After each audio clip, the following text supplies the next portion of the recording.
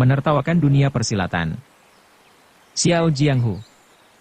Audiobook, novel silat. Cerita, Jin Yong. Jilid 107. Berita yang mengejutkan. Namun Biksuni Dingxian lebih dulu mencegah dan berkata, "Adik, kau jangan gusar." Mungkin otak mereka sudah beku karena terendam minyak, sehingga bicara pun tidak jelas. Lagi pula, kau tidak perlu seperti mereka. Lalu ia bertanya kepada orang bermarga Qi, "Ada apa dengan Tian Boguang?" "Tuan Tian adalah sahabat baik ketua Si kami," lanjut orang bermarga Qi. "Beberapa hari yang lalu Tuan Tian." "Tuan Tian apa?" bentak Dingyi menukas. "Manusia kotor seperti dia sudah seharusnya dibunuh sejak lama, tapi kalian malah berkawan dengan dia. Ini membuktikan Partai Naga Putih bukan kumpulan manusia baik-baik." Iya, sahut si marga Qi ketakutan. "Kami bukannya orang yang tidak baik." Dingyi berkata, "Kami hanya bertanya apa sebabnya Partai Naga Putih kalian memusuhi perguruan Henshan kami. Tapi kenapa kau sebut-sebut nama Tian Boguang?" Sampai sekarang ia selalu merasa risih tiap kali mendengar nama Tian Boguang. Itu karena dulu Tian Boguang pernah menculik muridnya, yaitu Yilin, sementara ia sendiri tidak berhasil membunuhnya. Hal ini dianggapnya sebagai kejadian yang memalukan seumur hidup. Kembali orang bermarga Qi mengiyakan, iya. Kami hanya ingin menolong Nona Besar Ren, tapi khawatir orang-orang lurus bersih membantu kaum biksu. Pikiran kami berdua terendam minyak, sehingga kami membuat rencana ngawur, hendak berbuat salah terhadap perguruan kalian yang mulia." Dingyi bertambah bingung mendengar cerita yang tidak jelas itu. Ia menghela napas dan berkata, "Kakak, kedua orang ini sinting. Kau saja yang menanyai." Dingxian tersenyum, kemudian berkata, "Nona Besar Ren katamu. Apakah yang kau maksudkan itu putri ketua Ren dari sekte Matahari dan Bulan?" Ling Wuchong tergetar mendengarnya. Diam-diam ia berpikir, apa yang mereka maksudkan adalah Ying. Seketika wajahnya berubah dan tangannya mengeluarkan keringat dingin. Orang bermarga Qi menjawab, "Benar. Tuan Tian, keliru, Tian Boguang beberapa waktu yang lalu menemui ketua Si kami.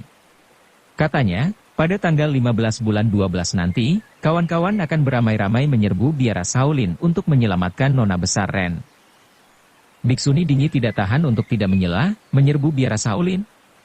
"Kepandaian apa yang kalian andalkan sehingga berani menepuk lalat di atas kepala harimau?" Iya, tentu saja kami tidak mampu apa-apa," sahut orang bermarga Qi. Biksuni Dingxian berkata, "Tian Boguang itu mampu berlari cepat. Aku rasa ia hanya bertugas sebagai penghubung dan perantara saja. Dalam urusan ini sesungguhnya siapa yang memegang pimpinan?" Dari tadi si Margai hanya diam tanpa suara. Sekarang tiba-tiba ia menyela, ketika kawan-kawan mendengar Nona Besar Ren dikurung oleh para kepala gun, maksudku para biksu dari biara Shaolin, serentak semua orang menyatakan siap pergi menolong. Maka itu, sukar dikatakan siapa yang pegang pimpinan. Seketika timbul bermacam-macam pertanyaan dalam benak Ling Wuchong, Nona Besar Ren yang mereka katakan itu apakah benar Ying? Mengapa dia sampai ditahan oleh biara Shaolin? Usianya masih muda belia, budi baik apa yang ia lakukan terhadap orang-orang ini? Mengapa orang-orang sebanyak itu siap menolong tanpa memikirkan keselamatan sendiri begitu mendengar ia sedang kesusahan? Biksuni Dingxian berkata, "Kalian khawatir perguruan Henshan kami hendak membantu biara Shaolin, sehingga kalian bermaksud melubangi kapal kami." Si marga Qi menjawab, "Benar. Itu karena kami pikir kaum biksu dan biksuni sama-sama, itu." "Ini itu apa?" damprat Dingyi gusar. "Ya, itu, hamba tidak berani bicara, hamba tidak bicara apa-apa," kata si marga Qi gelagapan. Dingxian bertanya, "Jadi pada tanggal 15 bulan 12 nanti, Partai Naga Putih kalian juga pergi ke biara Shaolin?" tanya Dingxian. "Hal ini tergantung perintah ketua Si," sahut si marga Qi dan Yi bersamaan. Si marga Qi menambahkan, "Karena partai-partai yang lain juga beramai-ramai hendak pergi, tentunya partai kami juga tidak mau ketinggalan." "Partai-partai yang lain? Siapa saja mereka?" tanya Dingxian. Si marga Qi menjawab, "Menurut Tian Boguang, yang akan berangkat ke sana antara lain Partai Pasir Laut dari Zhejiang Selatan, Partai Angin Hitam dari Shandong, Partai Sungai Langit, Sekte Hunan Barat." Berturut-turut ia menyebut sekitar 30 partai dan perkumpulan persilatan. Ilmu silat orang ini memang tidak tinggi, tapi ia dapat menyebutkan nama-nama perkumpulan tersebut dengan lancar. Dingi mengerutkan kening dan berkata, semuanya adalah orang-orang aliran sesat yang tidak punya pekerjaan baik-baik. Biarpun jumlah mereka sebanyak itu juga belum tentu mampu melawan perguruan Shaolin. Ling Huchong mendengar di antara nama-nama perkumpulan yang disebut si Margaki itu, ada sebagian yang pernah dikenalnya ketika berkumpul di Lembah Lima Tiran dahulu, antara lain Partai Sungai Langit yang dipimpin Huang Bolio, juga majikan Pulau Paus bernama Simada. Hal ini membuat Ling Huchong bertambah yakin bahwa nona besar Ren yang dimaksudkan itu benar-benar Yingying. Tadinya ia gembira mendengar kabar tentang gadis itu. Namun begitu mendengar bahwa Yingying dikurung di biara Shaolin, segera ia pun teringat peristiwa terbunuhnya beberapa murid Shaolin kala itu. Mau tidak mau hatinya merasa cemas. Segera ia ikut bertanya, sebenarnya apa alasan biara Shaolin mengurung nona besar Ren itu? Si Margaki menjawab, entahlah, mungkin kawanan biksu itu terlalu kenyang makan nasi dan tidak ada kerjaan, sehingga mereka iseng mencari gara-gara dengan nona besar Ren. Biksuni Dingxian lantas berkata, baiklah, mohon kalian berdua pulang dan menyampaikan kepada ketua Si Yang Mulia bahwa Biksuni Dingxian, Biksuni Dingyi, dan beberapa murid perguruan Henshan dalam perjalanan ke barat melalui Sungai Jiu. Sampaikan salam dan permohonan maaf kami yang tidak sempat mampir. Sungguh kami bersikap kurang sopan. Untuk selanjutnya, kami mengharapkan kemurahan hati kalian untuk tidak melubangi perahu-perahu yang kami tumpangi itu. Kedua anggota Partai Naga Putih itu berkali-kali menyatakan tidak berani setiap Dingxian mengucapkan satu kata. Lalu Dingxian berkata kepada Ling Huchong, malam ini sungguh indah dan tenang. Silakan apabila pendekar muda Ling Hu hendak berjalan-jalan menikmatinya. Maafkan kami yang tidak bisa menemani. Habis berkata demikian, ia lantas menarik tangan Dingi dan kembali ke kapal dengan langkah buru-buru. Ling Huchong paham biksuni sepuh itu sengaja menyingkir untuk memberi kesempatan pada dirinya supaya bisa bertanya lebih rinci terhadap kedua orang Partai Naga Putih itu. Tapi seketika pikirannya menjadi kacau sehingga tidak tahu lagi apa yang harus ditanyakan kepada mereka. Ia berjalan mondar-mandir di tepi sungai, sebentar-sebentar berdiri termenung, lalu mondar-mandir lagi. Dilihatnya bayangan bulan sabit bergerak-gerak di tengah riak air. Mendadak teringat olehnya, hari ini sudah pekan terakhir di bulan 11. Padahal mereka beramai-ramai akan mendatangi biara Shaolin pada tanggal 15 bulan depan. Waktu yang tersisa tinggal sedikit. Mahabiksu Fangsheng dan Biksu Fangsheng dari biara Shaolin sangat baik kepadaku. Demi menolong Yingying, orang-orang aliran sesat itu pasti tidak akan segan-segan bertempur melawan orang-orang Shaolin. Tak peduli siapa mana yang menang, pada kedua pihak pasti akan jatuh banyak korban. Mengapa aku tidak mendahului pergi memohon kepada Mahabiksu Fangsheng agar sudi membebaskan Yingying? Bukankah cara demikian sangat bagus untuk menghindari pertumpahan darah? Kemudian terpikir olehnya, saat ini luka Biksuni Dingxian dan Biksuni Dingi bisa dikatakan sudah hampir sembuh. Meskipun penampilannya seperti Biksuni tua biasa, tapi sesungguhnya Biksuni Dingxian seorang tokoh persilatan yang berwawasan luas dan banyak pengalaman. Dalam perjalanan pulang ke utara asalkan tidak bertemu orang-orang perguruan Songshan dalam jumlah besar, rasanya mereka tidak akan mengalami kesulitan. Hanya saja, bagaimana caraku harus mohon pamit kepada mereka? Maklum saja, selama beberapa hari ini ia telah hidup berdampingan dengan para biksuni dan perempuan awam murid-murid perguruan Henshan itu. Mereka sangat hormat dan patuh kepadanya seperti terhadap seorang paman guru. Bagaimana ia telah dikeluarkan dari perguruan dan diperlakukan kasar oleh sang adik kecil, tampak sekali para murid Henshan itu merasa ikut menderita meskipun tidak pernah menyinggung masalah tersebut.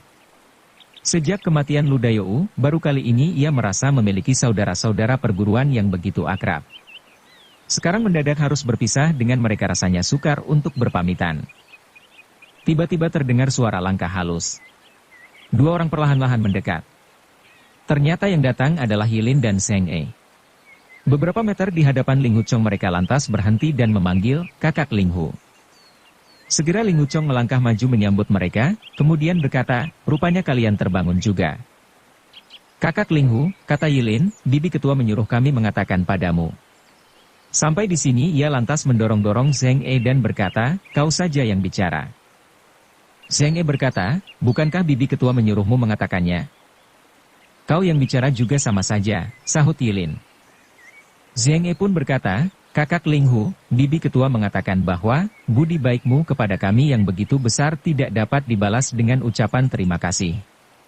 Mulai saat ini apapun masalah yang kau hadapi, perguruan Henshan siap mematuhi perintahmu. Jika kau ingin pergi ke biara Shaolin untuk menolong Nona Besar Ren, maka kami semua akan berusaha sekuat tenaga ikut membantumu. Ling Hu Chong tercengang dan berpikir, aku belum mengatakan hendak pergi menolong Yingying, dari mana Biksuni Dingxian mengetahuinya? Ai, aku tahu. Ketika para pendekar aliran sesat berkumpul di lembah Lima Tiran, mereka menyatakan hendak berusaha menyembuhkan penyakitku, sudah tentu itu semua demi Yingying. Kejadian itu telah menggegerkan dunia persilatan dan diketahui setiap orang. Sudah tentu Biksuni Dingxian juga mendengar peristiwa itu. Ketika terkenang pada kejadian tersebut tanpa terasa mukanya menjadi merah padam. Zheng E melanjutkan, bibi ketua berkata, masalah ini sebaiknya jangan menggunakan kekerasan.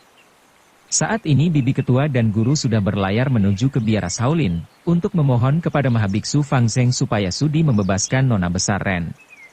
Sekarang silakan kakak Ling Hu memberi perintah kepada kami untuk menyusul ke sana perlahan-lahan. Seketika Ling Hu Chong tertegun mendengar cerita itu.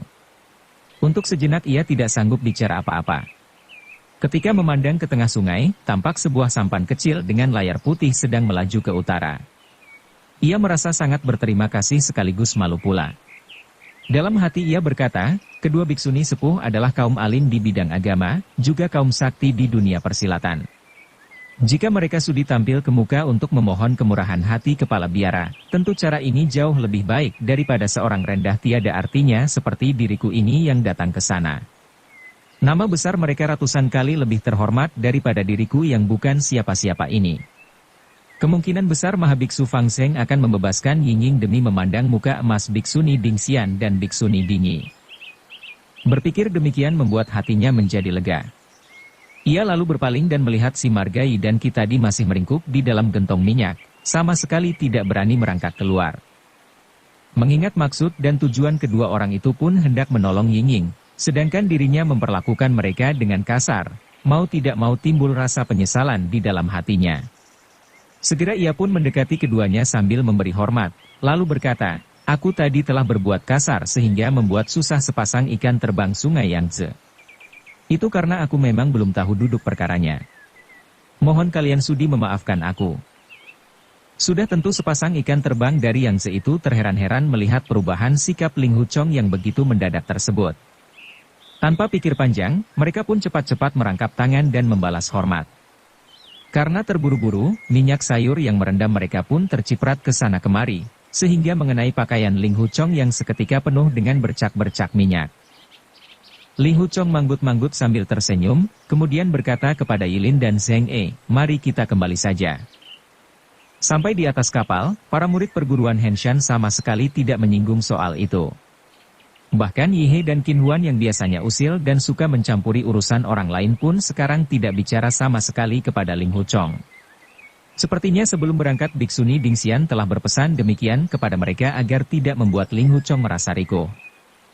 Walaupun dalam hati Ling Hu Chong sangat berterima kasih, tapi saat melihat sikap beberapa murid Henshan yang tersenyum-senyum aneh, mau tidak mau ia merasa rikuh juga. Ia pun berpikir, dari sikap mereka ini jelas mereka menduga kalau Yingying adalah kekasihku. Padahal hubunganku dengan Yingying boleh dikata bersih murni, sama sekali tidak pernah bicara soal hubungan laki-laki dan perempuan. Tapi kalau mereka tidak bertanya, bagaimana aku bisa memberi penjelasan? Ketika berhadapan dengan Qin Huan dan melihat sorot mata gadis kecil itu yang berkedip-kedip menggoda, Ling Hu Chong tidak tahan lagi dan berkata, sama sekali bukan begitu, kau jangan membayangkan yang tidak-tidak.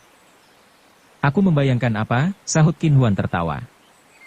Dengan muka merah Ling Hu Chong berkata, aku bisa menebak pikiranmu. Menebak apa? Tanya Qin Huan. Belum sempat Ling Hu Chong menanggapi, tiba-tiba Yihe menyela, adik Qin, jangan banyak bicara lagi. Apa kau sudah lupa pesan bibi ketua? Ya, aku masih ingat, sahut Qin Huan sambil mendekap mulut menahan tawa. Waktu Ling Hu Chong berpaling, dilihatnya Yilin duduk menyendiri di sudut perahu dengan wajah pucat dan bersikap dingin seperti tak peduli. Ling Huchong tertegun dan berpikir, apa yang sedang ia renungkan? Mengapa ia tidak mau bicara denganku? Ling Huchong memandanginya dengan tatapan nanar. Tiba-tiba ia teringat ketika dirinya terluka di kota Hengshan dulu, kemudian tubuhnya dibopong oleh Yilin dan dibawa lari. Kala itu ia melihat biksuni belia tersebut memandangnya dengan penuh perhatian dan sikap cemas, sama sekali berbeda dengan sikapnya sekarang yang dingin dan tak ambil peduli kepadanya. Mengapa demikian? Mengapa demikian? Tiba-tiba terdengar Yihe memanggil, "Kakak Ling Hu." Tapi Ling Huchong tidak mendengar. Ia pun tidak menjawab. "Kakak Ling Hu," kembali Yihe memanggil dengan lebih keras. Ling Huchong terkejut dan menoleh, ada apa?" Yihe menjawab, "Bibi ketua berpesan apakah besok kita meneruskan perjalanan dengan perahu atau mengambil jalan darat, semua terserah kakak Ling Hu." Sesungguhnya Ling Huchong sangat ingin mengambil jalan darat agar bisa lekas-lekas mendapat berita tentang Ren Yingying. Tapi ketika melirik, ia melihat pada sudut mata Yilin sudah meleleh air mata dan raut wajahnya terlihat memprihatinkan. Maka ia pun menjawab, "Biksuni ketua menyuruh kita menyusul ke sana perlahan-lahan, maka biarlah kita tetap menumpang kapal saja. Aku rasa Partai Naga Putih tidak akan berani mengganggu kita lagi." "Apa kau sudah tidak khawatir lagi?" tanya Qin Huan sambil tersenyum nakal. Ling Huchong tidak menjawab, tapi wajahnya tampak bersemu merah. Yihe pun membentak, "Adik Qin, dasar kau gadis kecil. Mengapa selalu usil?" "Aku tidak usil," jawab Qin Huan dengan tertawa. "Amitabha, aku hanya sedikit khawatir." Keesokan harinya, kapal mereka berangkat menuju ke hulu sungai. Ling Huchong memerintahkan jurumudi supaya berlayar agak ke tepian untuk berjaga-jaga jika orang-orang Partai Naga Putih mengganggu lagi. Tapi sesampainya di wilayah Hubei ternyata tidak terjadi apa-apa. Beberapa hari ini Ling Huchong tidak lagi banyak mengobrol dengan murid-murid Henshan. Setiap malam tiba dan perahu berlabuh, ia lebih suka pergi ke daratan sendiri untuk minum arak. Setelah mabuk barulah ia kembali ke kapal. Hari itu kapal mereka melewati Xiako, kemudian membelok ke utara menuju ke hulu sungai Hanshui. Malamnya mereka berlabuh di suatu kota kecil bernama Jimingdu. Lagi-lagi Ling Huchong pergi ke darat sendiri untuk mencari kedai arak. Di Jimingdu itu hanya terdapat sekitar 20 rumah. Di sebuah kedai yang sepi dan sederhana, ia menghabiskan beberapa guci arak, sambil berpikir, luka adik kecil entah sudah sembuh atau belum. Obat yang diantar Yizhen dan Yiling sangat mujarab, sepertinya bisa menyembuhkan luka tusukan pedang itu. Dan bagaimana pula luka adik Lin? Kalau ternyata luka adik Lin tidak bisa disembuhkan, lantas bagaimana dengan adik kecil? Apa yang akan ia lakukan? Sampai di sini ia menjadi terkesiap sendiri. Wahai Ling Huchong, kau benar-benar manusia berjiwa rendah dan tak tahu malu. Kau mengharapkan luka adik kecil lekas sembuh, tapi juga menginginkan kematian adik Lin karena lukanya yang parah. Memangnya kalau adik Lin mati lantas adik kecil bersedia menikah denganmu, pikirnya. Berturut-turut ia kemudian menghabiskan beberapa cawan arak. Kemudian pikirannya kembali melayang-layang, entah siapa yang membunuh Lao Denwo dan adik ke-8. Mengapa juga orang itu menyerang adik Lin dari belakang? Entah bagaimana pula dengan keadaan guru dan ibu guru sekarang ini? Ia kembali mengangkat cawan arak, dan sekali tenggak langsung menghabiskan isinya. Dalam kedai kecil itu tidak ada makanan ringan untuk pendamping minum arak, kecuali kacang goreng. Maka Ling Huchong pun memungut beberapa biji dan memasukkannya ke dalam mulut.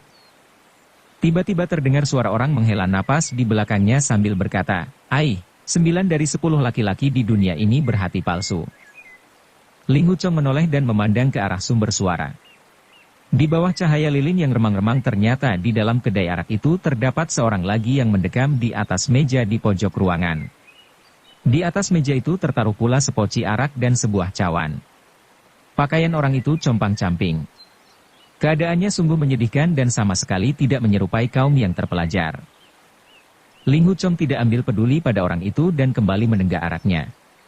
Ketika ia hendak mengisi cawannya lagi, ternyata orang di belakangnya itu berkata lagi, "Demi dirimu, seseorang telah dikurung di tempat yang gelap gulita dan tak bisa melihat sinar mentari. Tapi kau sendiri malah enak-enakan bermain di antara bedak dan gincu, dengan nona cilik maupun biksuni gundul, juga nenek-nenek, semuanya boleh. Ai, sungguh sayang, sungguh sayang." Ling Huchong paham kalau orang itu sedang menyindir dirinya. Tapi ia tidak menoleh, hanya berpikir, siapakah orang ini?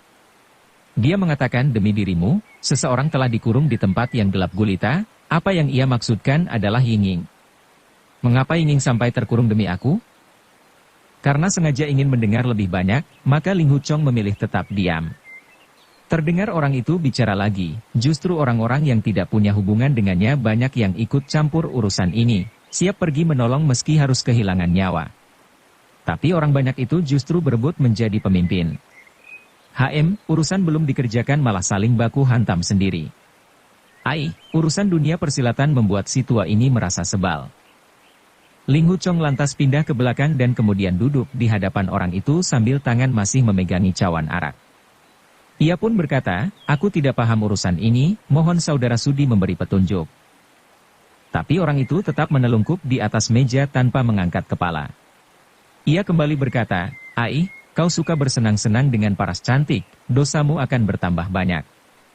Para nona dan biksuni Henshan benar-benar akan celaka. Ling Huchong bertambah kaget. Segera ia bangkit dan memberi hormat. Ling Huchong menyampaikan salam hormat kepada sesepuh. Mohon agar sesepuh sudi memberikan petunjuk yang berguna. Mendadak dilihatnya pada kaki meja terdapat sebuah rebab tua yang warnanya sudah pudar. Ling Huchong pun terkesiap setelah menyadari dengan siapa ia bicara. Segera ia pun berlutut menyembah, lalu berkata, Ling Huchong beruntung bisa berjumpa dengan paman guru Mo dari perguruan Hengshan. Baru sekarang orang itu mengangkat kepalanya. Sorot matanya yang tajam berkilat-kilat menatap ke arah Ling Huchong dengan pandangan dingin. Ternyata ia memang, si malam hujan dari Xiao Xiang, Tuan Besar Mo, ketua perguruan Hengshan. Ia hanya mendengus, kemudian menjawab, aku tidak berani menerima panggilan paman guru darimu. Pendekar besar Ling Hu, selama beberapa hari ini sepertinya kau benar-benar riang gembira. Ling Huchong menjawab sambil membungkukkan badan, paman guru Mo memang sudah mendengar semuanya. Mohon dimaklumi, saya mendapat perintah dari bibi guru Dingxian agar menemani para kakak dan adik dari perguruan Henshan menuju biara Shaolin. Walaupun saya suka ugal-ugalan, tapi sedikit pun tidak berani berbuat kurang sopan terhadap para kakak dan adik dari perguruan Henshan itu. Sudahlah, silakan duduk saja, kata Tuan Besar Mo sambil menghela napas. Apakah kau tidak tahu bahwa orang persilatan sekarang sedang ramai membicarakan dirimu? Omongan orang memang bisa membuat kabur antara yang benar dan salah. Ling Huchong menjawab sambil tersenyum getir, kelakuan saya memang agak sinting dan kurang berhati-hati. Sampai-sampai dikeluarkan oleh perguruan sendiri. Terhadap omongan iseng di kalangan persilatan saya tidak ambil peduli. Tuan Besar Mo mencibir dan berkata, tidak masalah kalau kau rela dianggap sebagai pemuda berandalan, tentu orang lain juga tidak peduli. Tapi bagaimana dengan nama baik perguruan Henshan yang sudah dipupuk selama beberapa ratus tahun? Apakah sedikit pun kau juga tidak peduli?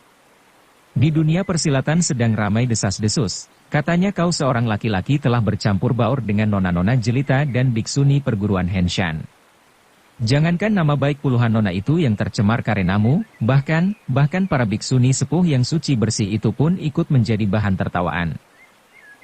Ini benar-benar keterlaluan. Seketika Ling Huchong mundur 2 langkah sambil meraba gagang pedangnya, lalu berkata, siapa yang sengaja menyebarkan berita bohong tanpa dasar dan memalukan ini? Mohon Paman Mo Sudi memberitahu kepadaku. Apakah kau bermaksud membunuh mereka? Tanya Tuan Besar Mo. Orang persilatan yang membicarakanmu paling sedikit ada ribuan banyaknya. Apakah kau hendak membunuh habis mereka semua? Padahal orang-orang itu sedang mengagumi keberuntunganmu dalam masalah asmara, apa jeleknya? Ling Huchong duduk kembali dengan wajah lesu. Dalam hati ia berkata, aku memang suka bertindak menuruti jalan pikiranku sendiri, yang penting niatku tulus bersih. Tapi aku tidak pernah berpikir bahwa nama baik perguruan Henshan menjadi ikut tercemar karena ulahku. Lantas apa yang sebaiknya aku lakukan saat ini? Terdengar Tuan Besar Mo menghela napas, lalu berkata dengan suara ramah, sebenarnya dalam 5 hari ini, setiap malam aku mendatangi kapal kalian untuk mengintai. Seru Ling Huchong terkejut. Ia berpikir, rupanya 5 malam berturut-turut Paman Guru Mo telah mengintai ke atas kapal, tapi sedikit pun aku tidak tahu. Aku benar-benar tidak becus. Tuan Besar mau melanjutkan, aku menyaksikan sendiri setiap malam kau tidur bersama para awak kapal di buritan dengan pakaian lengkap. Jangankan berbuat kurang ajar kepada murid-murid Henshan, bahkan bicara sembarangan pun kau tidak pernah. Keponakan Ling Hu, kau tidak hanya bukan pemuda berandalan, tapi juga seorang laki-laki yang selalu menjaga kesopanan. Sedikit pun hatimu tidak tergoyah oleh nona-nona jelita dan para biksuni muda yang memenuhi kapal itu. Tidak hanya sehari dua hari, bahkan selama puluhan hari keteguhanmu tetap terjaga. Sungguh pada zaman ini jarang terdapat laki-laki sejati seperti dirimu. Aku benar-benar sangat kagum. Orang tua itu mengacungkan jempolnya, lalu memukul meja dan berkata, "Mari, aku bersulang satu cawan denganmu." Sambil bicara ia mengangkat poci dan menuangkan isinya ke dalam cawan Ling Hu Chong. Ucapan Paman Gurumo yang berlebihan sungguh membuat saya merasa gugup, sahut Ling Hu Chong. Sebenarnya saya sering bertingkah ugal-ugalan sehingga akhirnya dikeluarkan dari perguruan Huashan. Hanya saja terhadap para kakak dan adik dari perguruan Henshan, sama sekali saya tidak berani berpikiran jahat. Sikapmu jujur dan berterus terang. Kau benar-benar seorang laki-laki sejati, puji Tuan Besar Mo dengan terkekeh-kekeh. Andai saja usiaku masih 20 tahunan, mana sanggup aku menjaga diri sepertimu yang tiap malam bersanding dengan nona-nona sebanyak itu? Kau benar-benar hebat. Sungguh hebat. Mari, habiskan secawan lagi. Kedua orang itu lantas mengangkat cawan masing-masing dan sekali tenggak mereka menghabiskan isinya. Lalu keduanya pun bergelak tawa dengan riang. Ling Hu Chong mengamati penampilan Tuan Besar Mo yang lusuh dan dekil. Sama sekali tidak mirip seorang ketua perguruan terkemuka dan disegani di dunia persilatan. Hanya saja sorot matanya yang tajam dan memancarkan sikap gagah perwira sesekali terlihat, namun segera disembunyikan lagi, dan ia pun kembali ke wujud seorang pria dekil yang penuh debu. Menyaksikan itu, Ling Hu Chong berpikir, ketua perguruan Henshan Biksuni Dingxian sangat ramah dan melas asih. Ketua perguruan Taisan Pendeta Tianmen gagah dan berwibawa. Ketua perguruan Songshan Zuo Lengchan suka bicara dan tertawa tapi menyimpan sifat kejam. Ketua perguruan Huashan adalah guruku yang berbudi luhur dan penuh tata krama. Tapi ketua perguruan Hengshan adalah Paman Gurumo ini yang penampilannya menyedihkan seperti gelandangan tak terpelajar, tapi sebenarnya memiliki ilmu silat yang mengagumkan sekaligus menakutkan. Kelima ketua perguruan dalam Serikat Pedang Lima Gunung benar-benar sulit dijajaki kepandaian masing-masing. Sebaliknya aku, Ling Hu Chong cuma seorang bodoh yang tidak becus, sangat jauh bila dibandingkan dengan mereka. Tuan Besar mau melanjutkan pembicaraan, waktu aku mendengar desas-desus bahwa kau bergaul dengan kawanan biksuni perguruan Henshan. Aku pun bertanya-tanya, memangnya biksuni Dingxian itu orang macam apa yang mengizinkan murid-muridnya berbuat tidak pantas? Kemudian kudengar orang-orang Partai Naga Putih membicarakan dirimu, maka aku lantas menyusul kemari. Keponakan Ling Hu, saat kau berbuat onar di rumah pelacuran kota Hengshan dulu, aku pun mengira dirimu seorang pemuda berandalan. Namun kemudian aku melihatmu menegakkan keadilan dengan membantu adikku, Liu Zhengfeng yang didesak orang, maka di hatiku pun timbul kesan baik kepadamu. Tujuanku menyusul kemari adalah untuk memberi nasihat kepadamu. Tak kusangka, ternyata semua yang terjadi sama sekali berbeda dengan dugaanku. Di antara kesatria muda zaman sekarang ternyata ada seorang laki-laki sejati seperti kau. Sungguh bagus, sungguh bagus. Marilah, mari kita habiskan 3 cawan bersama. Menyusul ia memanggil pelayan untuk menuang arak dan mengajak Ling Hu Chong minum kembali. Setelah berkali-kali menenggak arak ke dalam perutnya, penampilan Tuan Besar maupun berubah dari lusuh dan lesu menjadi riang bersemangat. Namun kekuatan minumnya masih kalah jauh dibandingkan Ling Hu Chong, sehingga hanya meneguk 7 atau 8 cawan saja mukanya sudah merah membara. Ia melanjutkan, keponakan Ling Hu, aku tahu kau sangat gemar minum arak. Aku tidak punya penghormatan apa-apa kepadamu, terpaksa hanya bisa menemanimu minum saja. Hehe, selama ini orang persilatan yang pernah kuajak minum juga dapat dihitung dengan jari. Seperti saat pertemuan besar di atas Gunung Songshan dulu, di antara para hadirin ada seorang yang bernama Fei Bin, si tapak song yang besar. Orang ini banyak tingkah dan tinggi hati. Semakin memandangnya semakin aku muak kepadanya. Maka, pada saat itu setetes arak pun aku tidak sudi minum. Tapi mulut orang bermarga Fei itu masih terus mengoceh tak keruan. Keparat? Menurutmu, dia menjengkelkan atau tidak? Ya, orang yang tidak tahu diri seperti dia, pasti pada akhirnya bernasib buruk, ujar Ling Huchong dengan tertawa. Tuan Besar mau melanjutkan, kabarnya orang itu secara tiba-tiba menghilang entah kemana. Tiada seorang pun yang tahu keberadaannya. Sungguh mengherankan. Ling Huchong tertegun mendengarnya. Padahal di hutan pegunungan luar kota Hengshan dulu dengan mata sendiri ia menyaksikan Tuan Besar mau membinasakan Fei Bin dengan ilmu pedangnya yang hebat luar biasa. Sudah jelas saat itu Tuan Besar Mo juga melihat dirinya hadir di sana. Tapi mengapa sekarang bicara demikian? Ling Huchong segera paham bahwa Tuan Besar Mo sengaja berkata demikian adalah sebagai isyarat supaya kejadian tersebut jangan sampai tersiar keluar. Maka ia pun menanggapi, orang-orang perguruan Songshan memang banyak yang aneh tingkah lakunya. Mungkin saja orang bernama Fei Bin itu sekarang sedang mengasingkan diri di suatu gua untuk bertapa, atau berlatih silat di tempat rahasia untuk mempelajari ilmu yang lebih sempurna. Siapa yang tahu? Tuan Besar mau menggebrak meja sambil berseru, oh, ternyata demikian. Jika bukan keponakan Ling Hu yang mengingatkan aku, sampai kepalaku pecah juga tidak akan terpikir soal ini. Orang tua itu tersenyum dengan sorot mata memancarkan sinar licik. Setelah minum seteguk, ia melanjutkan, keponakan Ling Hu, sebenarnya bagaimana kau bisa bersama dengan orang-orang perguruan Henshan itu? Nona besar Ren dari sekte iblis itu memiliki cinta yang mendalam kepadamu. Sebaiknya kau jangan mengecewakan dia. Muka Ling Huchong menjadi merah padam. Ia pun menyahut, Paman Guru Mo memang berpengetahuan luas. Harap diketahui, saya telah mengalami kekecewaan di dunia asmara. Mengenai hubungan laki-laki dan perempuan, saya sudah lama tidak memedulikannya. Sampai di sini hatinya menjadi pilu karena teringat pada Yuling San si adik kecil, tanpa sadar pelupuk matanya menjadi merah. Mendadak ia bergelak tawa dan berseru lantang, sebenarnya saya sudah muak dengan kehidupan ramai dunia fana ini. Ingin rasanya saya mencukur rambut menjadi biksu. Namun saya khawatir pantangan sebagai biksu terlalu berat, dan yang paling berat adalah tidak boleh minum arak segala. Maka itu, niat saya menjadi biksu pupus sudah, hahaha. Walaupun tertawa terbahak-bahak, tapi suaranya terdengar penuh dengan rasa sedih. Selang sejenak baru ia menceritakan bagaimana pengalamannya bertemu dengan Biksuni Dingjing, kemudian Dingxian dan Dingyi. Namun soal bagaimana ia memberi bantuan kepada mereka selalu diceritakan secara singkat dan ala kadarnya saja. Tuan Besar mau mendengarkan dengan seksama sambil termenung-menung memandangi poci arak. Selang sejenak barulah ia berkata, Zuo Lengchan bermaksud melebur 5 perguruan menjadi satu agar bisa sejajar dengan biara Shaolin dan perguruan Wudang. Niat busuknya ini sudah direncanakan cukup lama, namun selama ini selalu ia sembunyikan. Tapi sebenarnya aku telah mengetahui tanda-tanda yang mencurigakan meskipun sedikit. Dia melarang adik Liuku mencuci tangan di baskom emas, juga membantu kelompok pedang untuk merebut kedudukan ketua perguruan Huashan dari tangan Tuan Yu. Semua siasat keji itu dilakukannya demi mencapai tujuan. Hanya saja aku tidak menduga kalau dia ternyata berani turun tangan secara terang-terangan terhadap perguruan Henshan.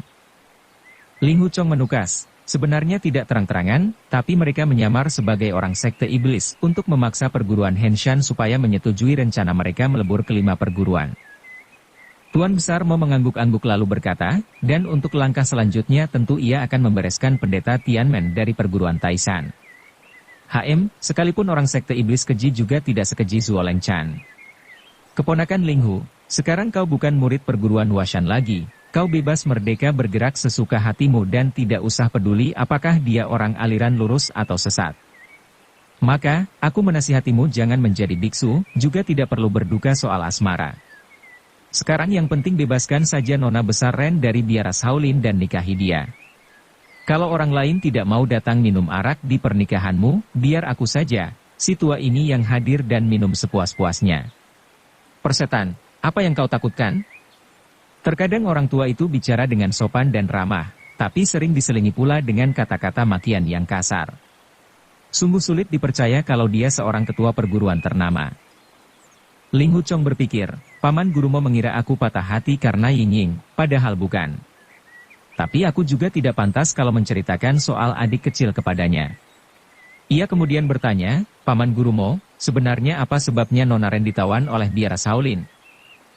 Tuan Besar Mo menatapnya tanpa berkedip dengan mulut menganga penuh rasa heran. Ia kemudian balik bertanya, mengapa biara Shaolin menawan Nona Ren? Kau ini benar-benar tidak tahu atau hanya sengaja bertanya? Padahal setiap orang persilatan mengetahui, tapi kau malah balik bertanya pula. Ling Huchong menjawab, beberapa bulan yang lalu saya berada dalam kurungan orang sehingga sama sekali tidak mengetahui peristiwa apa saja yang terjadi di dunia persilatan. Mengenai Nona Ren yang pernah membunuh 4 murid biara Shaolin, itu semua terjadi karena saya.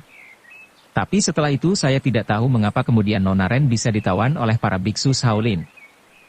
Tuan Besar mau berkata, jika demikian, kau memang benar-benar tidak tahu seluk-beluk urusan ini.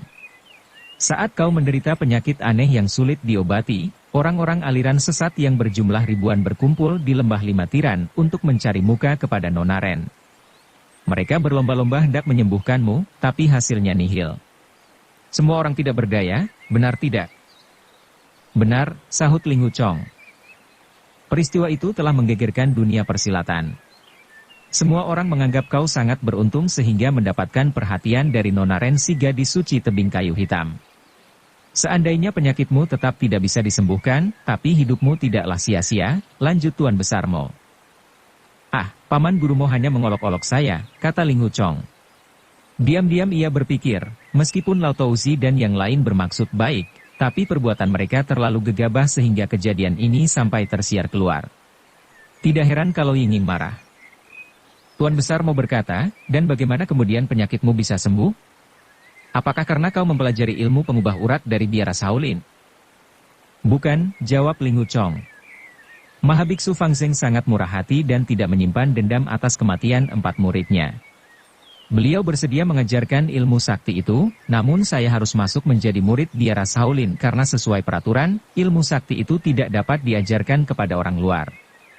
Namun sebaliknya, saya sendiri tidak ingin masuk perguruan Shaolin sehingga terpaksa menyia-nyiakan maksud baik beliau.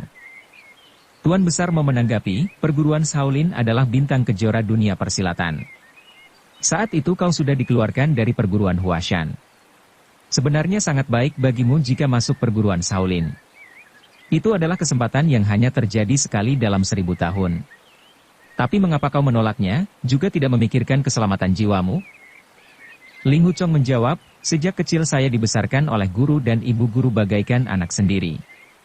Budi baik beliau berdua tidak mungkin bisa saya balas. Saya hanya berharap kelak mendapatkan ampun dan diterima kembali ke dalam perguruan Huashan.